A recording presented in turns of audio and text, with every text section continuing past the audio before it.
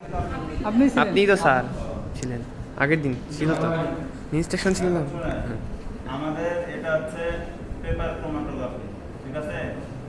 এই এই জবটা পেপারে যেটা আগের দিনের কাজ ছিল, এই কাজ শেষ। আজকে কি করলেন?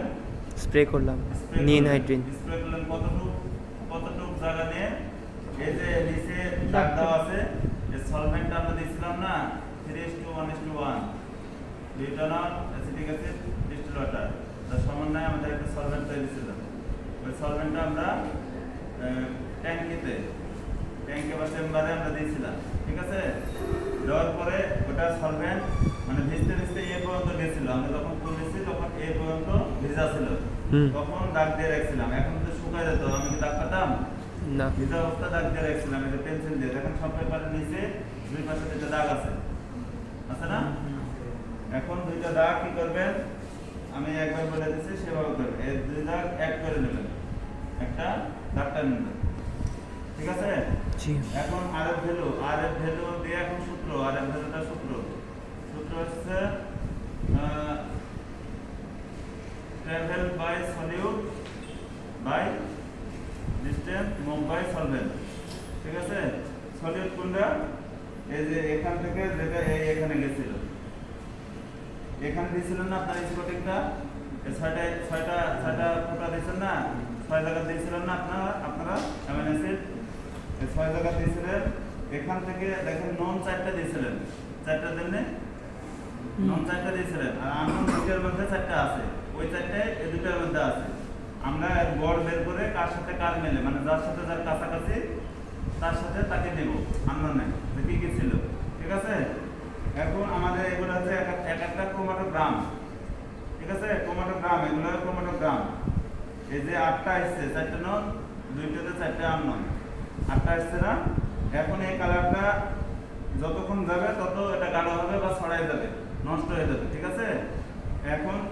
এখন উপর আর নিচ এই কালারের যেখান থেকে গাঢ় সেখানে এই যে নিচে আর উপরে গোল করতে পারেন অথবা দুইটা দাগ দিতে পারেন পেন্সিল দিয়ে, ঠিক আছে। দুই দাগের মিডল বের করবেন, আর কেন্দ্র বের করা লাগবে একটা, ঠিক আছে। মিডল, তাহলে এই ক্রোমাটোগ্রামের মিডল যে স্পটটা আসবে ওখানে একটা স্পট দিয়ে আসবেন। পরে এখান থেকে এই মাপটা নেবেন, মিডল যেখানে দিয়েছেন এখান থেকে এই মাপটা নেবেন। এটা তো আপনার প্রত্যেকটা মিডল বের হবে না, এখান থেকে এখানে নেবেন। পরে কি করবেন, distance travel by solute by distance move by solvent, এটা সূত্র। এটা হচ্ছে সলভেন্ট, এটা সবার ক্ষেত্রে ভাগ করার ক্ষেত্রে, ঠিক আছে। এখান থেকে একবার নিয়ে নেবেন, এটা distance move by solvent, solvent এত দূর রান করেছিল। এটা সবার সাথে এই ক্রোমাটোগ্রামের সাথে প্রতিটার ক্ষেত্রে ভাগ দিয়ে যত আসে একটা খাতায় লিখে রাখবেন। আর্জেনিন কত আসলো, মিথিন কত আসলো, বা আননোনের যত দুইটা আননোন 1 বা 2 এ 1 এ দিয়ে একটা দিবেন, 1 বি দিয়ে একটা দিবেন, দুইটা না।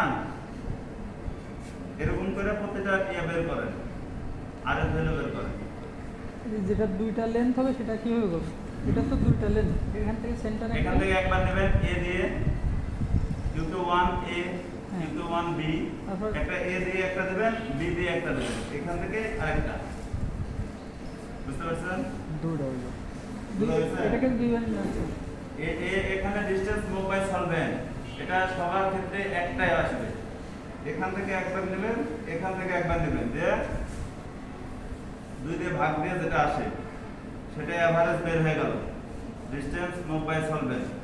আর ট্রাভেল বাই সলভেন্ট প্রতিটা কেন্দ্র বের করেন ক্রোমাটোগ্রামে, দিয়ে এখান থেকে এটা নিয়ে ওটার সাথে ওটা উপরে কি সলিউট আর নিচে আছে সলভেন্ট, আর ভ্যালু সূত্র, ঠিক আছে।